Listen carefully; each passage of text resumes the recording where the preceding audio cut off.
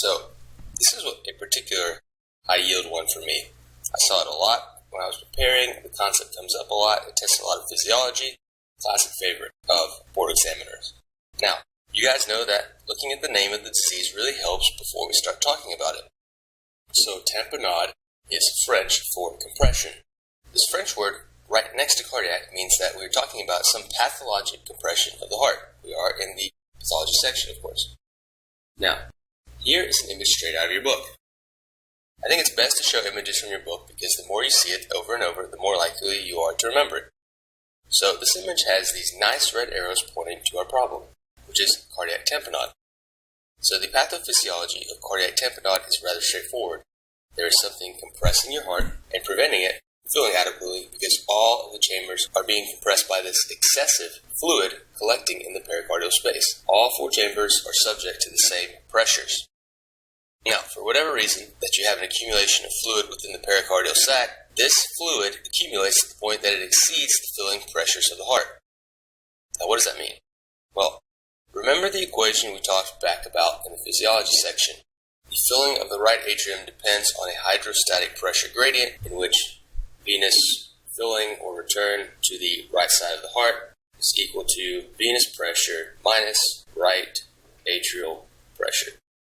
So that is the principle that some German dude named Kussmaul figured out, that there is some abnormal pathology causing compression of the heart, but the main problem is that this fluid compressing the actual heart itself is only one of the problems. The problem is that this fluid accumulation prevents the transmission of negative intrathoracic pressure that is created from inspiration. So what happens is that there's a really strong positive pressure force compressing all of the heart chambers, preventing any sort of transmission of negative intrathoracic pressure to those four chambers. So what's going to happen? Well, if we're talking about this equation, the pressure in the right atrium is going to skyrocket in addition to all of the other chambers. The net result is that the venous filling, what we saw for, is going to be a smaller value. That's because the hydrostatic pressure gradient was obliterated by the increase in all four chambers, and particularly in this equation, the right atrium. Is this bad? Yes. Probably worst case scenario because we have severely diminished our preload because we cannot fill our chambers appropriately. You can only pump out of the heart what you put into it, so this means that our cardiac output will drop. So a decrease in the preload obviously will result in a decrease in your cardiac output. The main combination of words you need to remember for cardiac tamponade is impaired diastolic filling of the right heart. Now, what happens to the blood that is trying to dump into the right atrium? Well, due to this increase in right atrial pressure, the blood will back up into the superior vena cava, into the jugular veins, and this causes JVD, which is one component of the Beck triad. So, the Beck triad is what you see in cardiac tamponade. What is the pathophysiology behind the two other components of the triad? One of the components being JVD. Well, obviously we have hypotension because we have a decrease in our cardiac output. Our blood pressure equals cardiac output times the total peripheral resistance. So we have dropped in our blood pressure. This is another part of the Beck triad, is the hypotension component. So if our cardiac output drops, then the sympathetic nervous system will be activated. We activate our baroreceptor reflex. This causes a compensatory increase in heart rate. That is another element of cardiac tamponade. Now, what about the whole diminished heart sounds thing? Well, it makes sense if you look at our CT scan. Do you see all of this pericardial fluid? So, remember that heart sounds are just vibrations that have to travel through some sort of medium, with solids being the best transmitter of sound because all of the molecules are tightly packed together, not allowing for dissipation of that sound wave. Now, if we introduce this thick barrier here and limit the contractile ability of the heart because we're compressing it, then obviously this thick fluid barrier in between the pericardial layers will cause sound to dissipate within this fluid, and you're going to struggle to hear S1 and S2. The extra fluid is acting as like an insulator of sound. Now, this extra fluid acts not only as an insulator of sound, but also an insulator of electrical activity. It is the same reason for decreased amplitude of your QRS complexes. So, this increase in fluid causes compression of the cardiac chambers, limiting their contractile ability, decreasing the perceived heart sounds, It also causes an insulator of the electrical complexes. Remember, the electrical complexes we're talking about are the QRS. They have to be sensed on the skin. There's also a decreased ability for these chambers to contract, which means that the amplitude of the QRS itself will be inherently lower. Now, in the case of cardiac tamponade, you have another barrier of increased pericardial fluid. There's just excessive amounts of it, whether it's blood or some sort of other component. Now, this is another concept behind electrical alternans. So if we increase the pericardial fluid, you're essentially converting the pericardial space from a cushion to a swimming pool. So the heart is going to be contracting and just moving all over the place. It's going to be swinging on an axis because it is pretty much floating in this humongous pool of fluid. So the axis, so if this was our baseline angle for our axis, it's going to be swinging all over the place because the heart is going to be able to float within this cavity very easily. So the axis changes from beat to beat. There's no actually alternating of ventricular contractions, but the position in which the heart sits in the thorax will be changing. So the electrodes try to detect the voltage changes that occur with each depolarization, and the reference point will be changing because the heart is swinging. Now, the last thing we need to cover before we move on is a super high yield term that is called pulsus paradoxus. What does this even mean? Well, there's something going on with the pulse during inspiration that is not exactly what we would expect, so it's paradoxical. It's not necessarily paradoxical, though. It should really be called an exaggeration of what happens during normal. Let's review normal real quick with a diagram. So here is our heart, our 4 chambers. When we take an inspiratory breath, we usually increase the negative intrathoracic pressure. This expands the pulmonary vasculature and drops the pressure within the right atrium, because all cardiac chambers will be distended. If you focus in on the right atrium, we need to be particularly worried about this. We just talked about the equation where venous filling equals venous pressure minus right atrial pressure. So again, if we decrease the right atrial pressure, we increase venous return to the right side of the heart because there is a greater hydrostatic pressure difference for fluid to drive into the right atrium. With more fluid going into the right atrium, it's going to expand the right atrium and the right ventricle. So these will increase in volume significantly. And then it will push these chambers slightly into the left side. Because we're expanding the right atrium and the right ventricle, it'll push the intraventricular septum into the left side chambers of the heart, which causes a decreased preload on the left side of the heart because there's less space that can take on blood volume.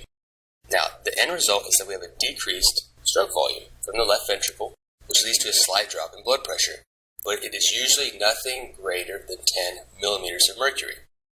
Now, with someone suffering from cardiac tamponade, you apply the same principle, except think about it on the left side of the heart.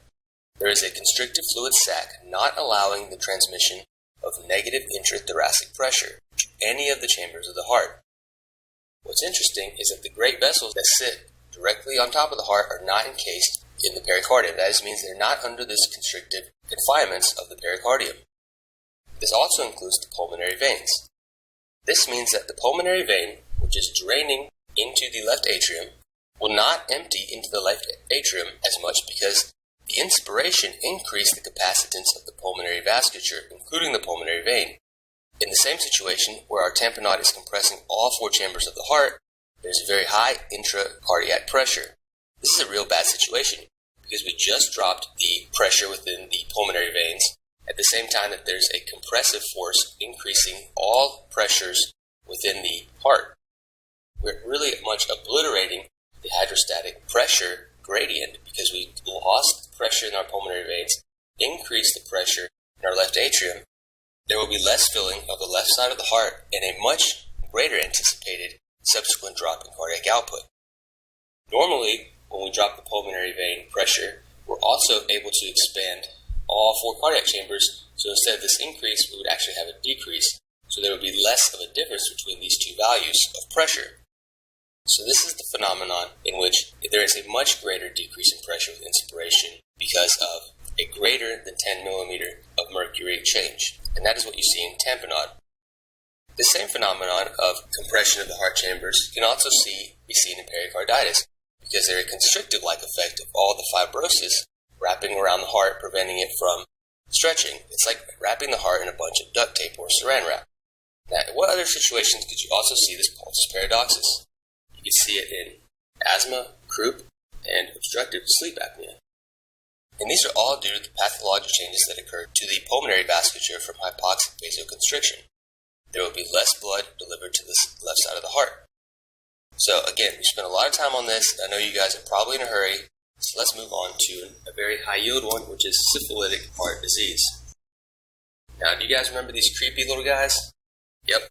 This is an electron micrograph of a biopsy taken from the vasa vasorum, showing the spirochetes invading the walls of the vasa vasorum vessels within the adventitia.